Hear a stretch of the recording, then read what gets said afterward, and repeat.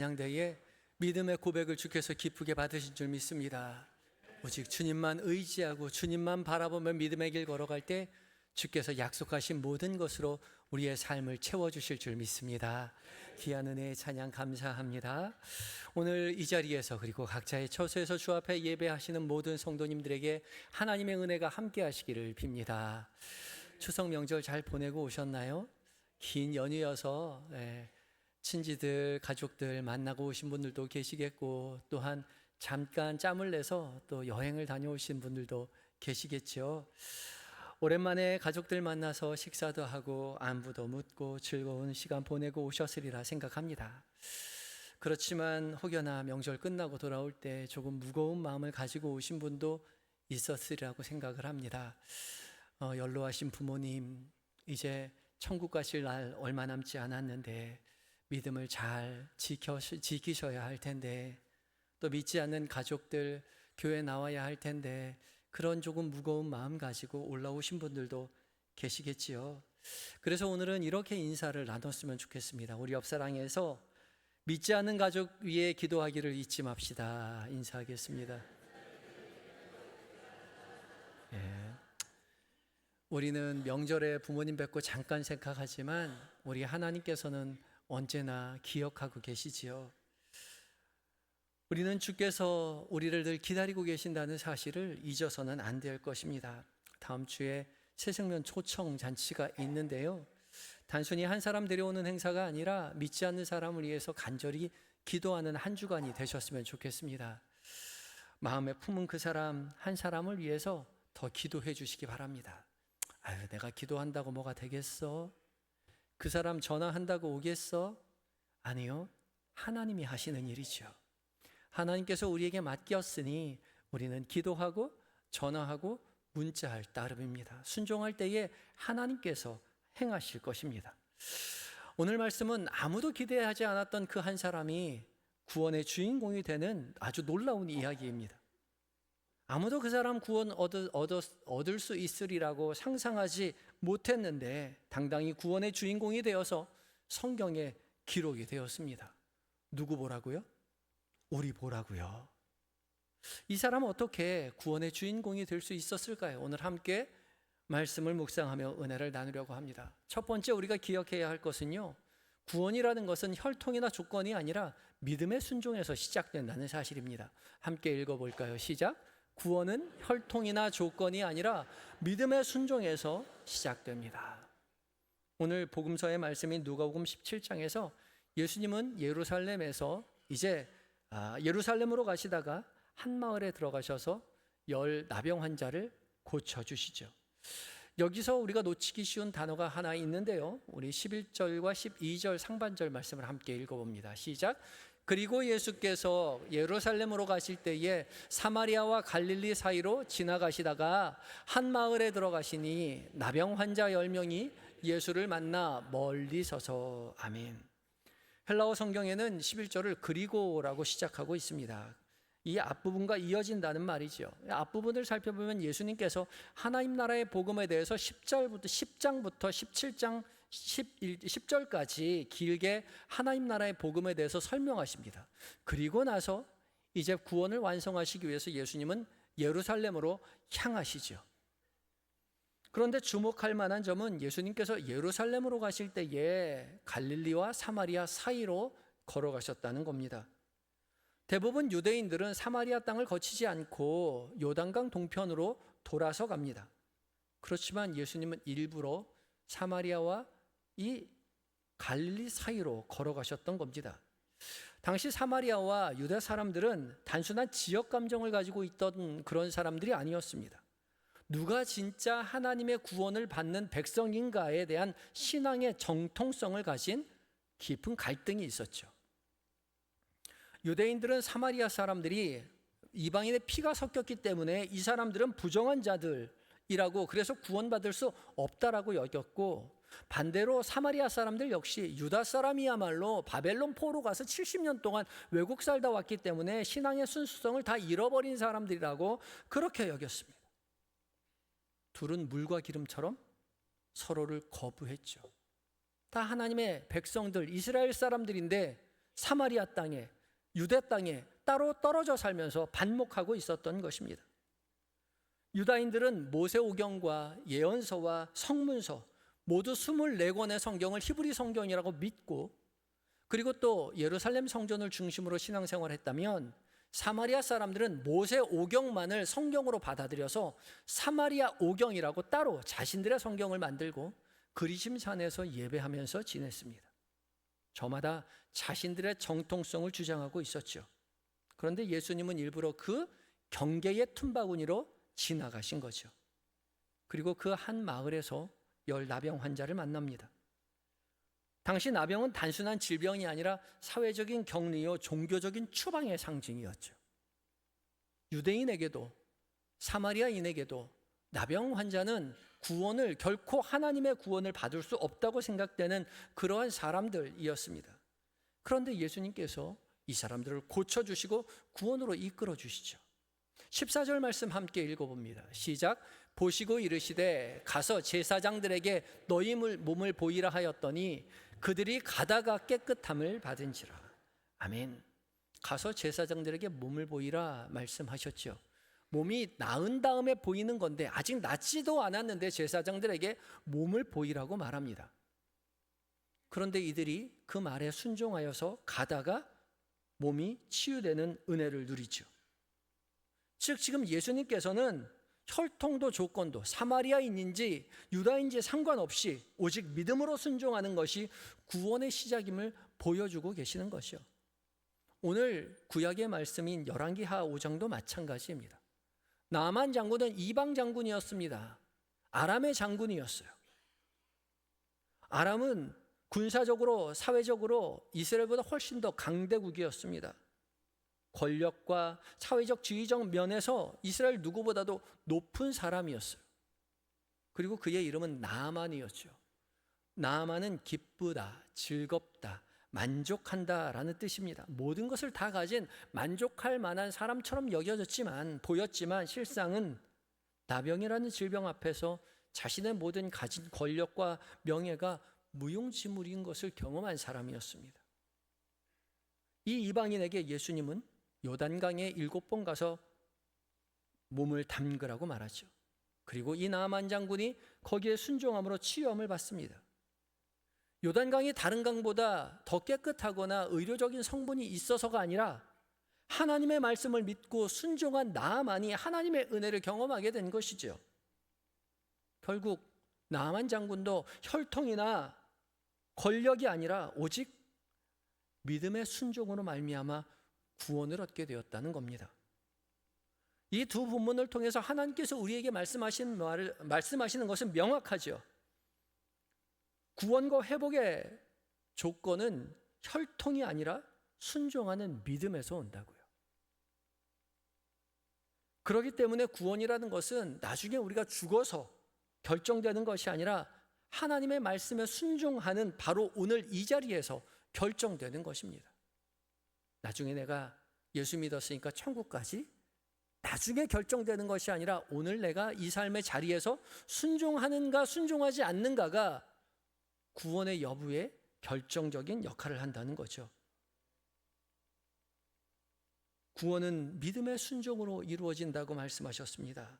사랑하는 한영의 성도 여러분 이 사실을 믿으십니까? 아멘이십니까? 그럼 물어야죠. 무엇을 물어야 합니까?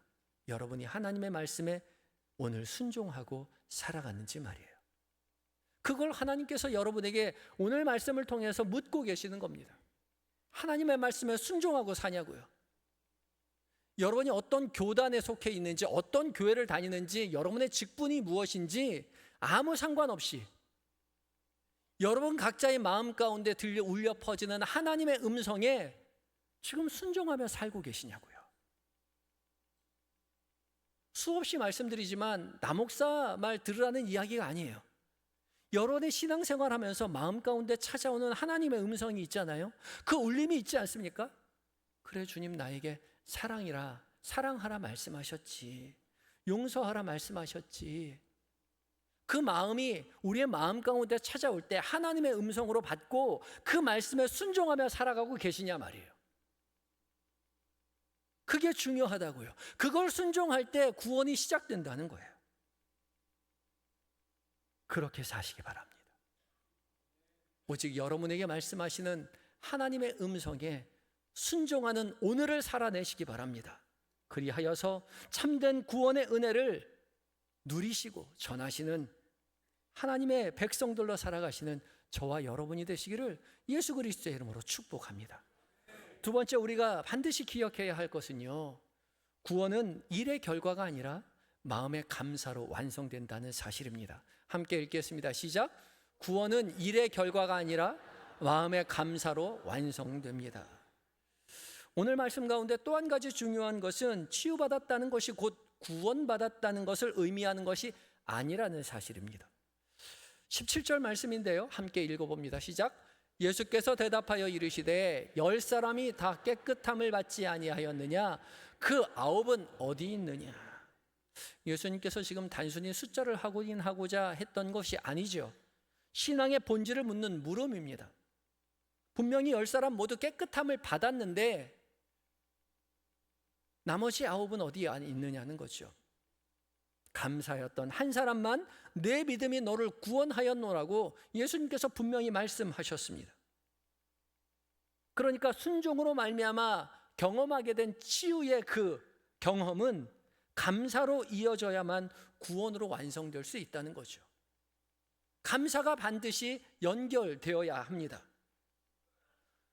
그렇기 때문에 오늘 본문에서 놓치기 쉬운 단어가 하나 있는데 바로 돌아와라는 단어입니다. 15절과 16절 말씀인데요, 함께 읽어봅니다. 시작. 그 중에 한 사람이 자기가 낳은 것을 보고 돌아와 큰 소리로 하나님께 영광을 돌리며 돌아와 예수의 발 앞에 엎드려 감사하니 그는 사마리아 사람이라. 아멘. 우리말 성경에는 돌아와가 중간에 있지만 헬라어 성경에는 돌아와가 맨 앞으로 나와서 다음 문장들을 다 이끌어가고 있습니다. 오늘 본문을 기록한 누가는 돌아와라는 동사를 맨 앞에 둠으로써 감사의 본질이 돌아와에 있다는 것을 강조하고 있는 거죠. 이 돌아와라고 번역한 휘페스트랩센이라는 단어는 휘페가 휘포, 무엇 아래에라는 뜻이고 스트레포, 돌아오다라는 말의 합성어입니다. 그러니까 그냥 돌아오는 것이 아니라 아래로 돌아오다, 다시 돌아오다라는 뜻을 가지고 있는 단어인 거죠. 의도적으로 이 용어를 사용했습니다. 그러니까 이 말은 단순히 가던 길 되돌아왔다는 이야기가 아니라 하나님 아래로 돌아왔다는 거죠. 그렇기 때문에 감사는 단순한 감정의 표현이 아니라 영적인 위치의 회복입니다. 그냥 감사하는 것이 아니라 자신의 생명의 주관자이신 하나님 앞에 돌아와 엎드린다는 거죠. 하나님 앞에 감사하는 겁니다. 나만 장군의 이야기도 동일하게 반복됩니다. 15절 말씀인데요, 15절도 읽어봅니다. 시작. 나만이 모든 군대와 함께 하나님의 사람에게로 돌아와서 그의 앞에 서서 이르되 내가 이제 이스라엘 외에는 온 천하에 신이 없는 줄을 아나이다. 아멘. 히브리어 성경에도 여기 돌아와서가 문장의 맨 앞에 나와 있습니다. 와샤브, 그리고 그가 돌아왔다로 문장이 시작됩니다. 당시 이 역시 단순히 가던 길 되돌아왔다는 말이 아니라 신앙의 방향이 완전히 바뀌었다는 거죠. 나만은 처음에 이스라엘에 선지자가 있냐? 라고 무시했던 사람이었습니다. 그런데 지금 이렇게 고백하죠. 내가 이제 이스라엘 외에는 온 천하에 신이 없는 줄을 아나이다. 신이라고 번역했지만 히브리어 성경에는 엘로힘, 전능하신 하나님이라고 분명하게 기록되어 있습니다. 그의 입술에는 하나님을 향한 고백이 흘러나온 것이고 이 고백으로 말미암아 이제 치유 사건이 아닌 구원의 사건으로 기록된 것이죠. 이것이 바로 구원받은 사람의 감사입니다. 감사는 단순한 감정의 표현이 아니라 우리의 구원이 완성되는 자리입니다. 그러므로 한영의 성도, 사랑하는 성도 여러분, 우리에게 감사가 있어야 하겠습니다. 여러분에게 감사가 있습니까? 오늘 삶의 자리에 감사가 있는지 돌이켜 보시라 말이죠. 그것을 주님께서 말씀하고 계십니다. 어느 때보다도 부유하게 편안하게 살아가고 있는 시대 속에 살면서 우리에게 불평이 얼마나 많이 있는지 몰라요. 그래서 주님 우리에게 말씀하시죠. 내가 너와 함께하고 내가 너를 돕고 내가 너를 구원으로 이끌고 있다고요. 우리의 삶의 모든 순간은 하나님의 돌보심 속에 있습니다. 그걸 믿음으로 고백하는 자만이 감사할 수 있어요. 정말 운이 좋았어. 의사를 잘 만난 것 같아. 열심히 노력한 보람이 있었어. 아니요. 하나님이 도와주셨어요. 하나님이 함께 하셨어요. 그래서 우리에게 치유가 있고 평안이 있고 편안이 있는 거죠. 그래서 우리는 일상의 삶에서 하나님 앞에 감사할 수 있어야 돼요. 그것이 구원받은 백성의 표징인 거죠. 여러분 하나님 앞에 감사하며 살아가고 계십니까? 돌이켜보세요. 감사하는 자만이 구원에 이르는 것입니다. 오늘 하나님 앞에 돌아와서 하나님 앞에 감사를 표현하시는 인생 되시기 바랍니다. 또한 하나님 앞에 돌아와야 할 사람들이 또 있죠. 우리의 가족 중에, 이웃 중에 아직 하나님께로 돌아오지 못한 사람이 너무나 많이 있습니다. 저 사람이 돌아올 수 있을까? 알 수 있어요. 혈통과 상관없이 주님 앞에 돌아오기만 한다면 그는 하나님의 백성으로 구원받은 하나님의 자녀로 살아갈 수 있습니다. 우리가 한 가지 더 감사할 것은 그 일을 위해서 우리가 선택되었다는 거예요. 그 일을 위해서 기도하는 사람으로, 그 일을 위해서 초대하는 사람으로 주께서 우리를 부르셨다는 것이죠. 그것이 또한 감사할 이유입니다. 먼저 그 감사를 깨달은 자로서 우리뿐만 아니라 우리의 가족이, 우리의 이웃이 하나님을 알고 하나님께 감사하는 그 자리로 나아갈 수 있도록 우리를 부르셨다는 그 사실조차 우리는 감사해야 할 것이죠. 우리를 구원하신 하나님께서 동일하게 우리의 가족도 구원해 주실 줄 믿습니다. 다음 주 새생명 초청잔치인데 꼭 한 명 데리고 오라고 그렇게 말씀드리는 거 아니에요. 기도하라고요. 기도하라고. 기도하기를 잊지 말라고요. 기다리던 한 사람 하나님께로 데려오는 그 은혜가 우리를 통하여서 진행되고 있다는 사실을 기억해야 하는 거죠. 우리의 전화 한 통, 문자 한 줄, 우리의 초대의 손길이, 우리의 기도가 하나님의 손길이 될 줄 믿습니다. 우리는 그저 씨를 뿌릴 뿐이고요. 열매를 맺게 하시는 분은 하나님이신 거죠. 사랑하는 한영의 성도 여러분, 천국은 나중에 구원받아서 나중에 가는 것이 아닙니다. 오늘을 감사로 살아가는 자들이 누리는 은혜인 거죠. 그 감사가, 그 기쁨이 오늘 우리에게, 그리고 우리가 초대할 그 한 사람에게 충만하기를 예수 그리스도의 이름으로 축복합니다. 함께 기도하시겠습니다. 사랑으로 충만하신 하나님, 오늘도 잊지 아니하시고 구원의 은혜를 다시금 깨닫게 하여 주시니 감사합니다. 나아만처럼 순종하게 하시고 사마리아 사람처럼 감사하며 주 앞에 돌아오게 하심으로 우리의 일상이 다시금 감사로 채워지는 은혜가 있게 하여 주시옵시고, 모든 믿는 자에게 열린 구원의 은혜가 우리뿐만 아니라 우리가 기도하는 우리의 가족들, 이웃들에게도 하나님 흘러가 넘칠 수 있도록 주여 도와 주시옵소서. 모든 믿는 자에게 구원을 허락하시는 예수님의 거룩하신 이름으로 기도드립니다. 아멘.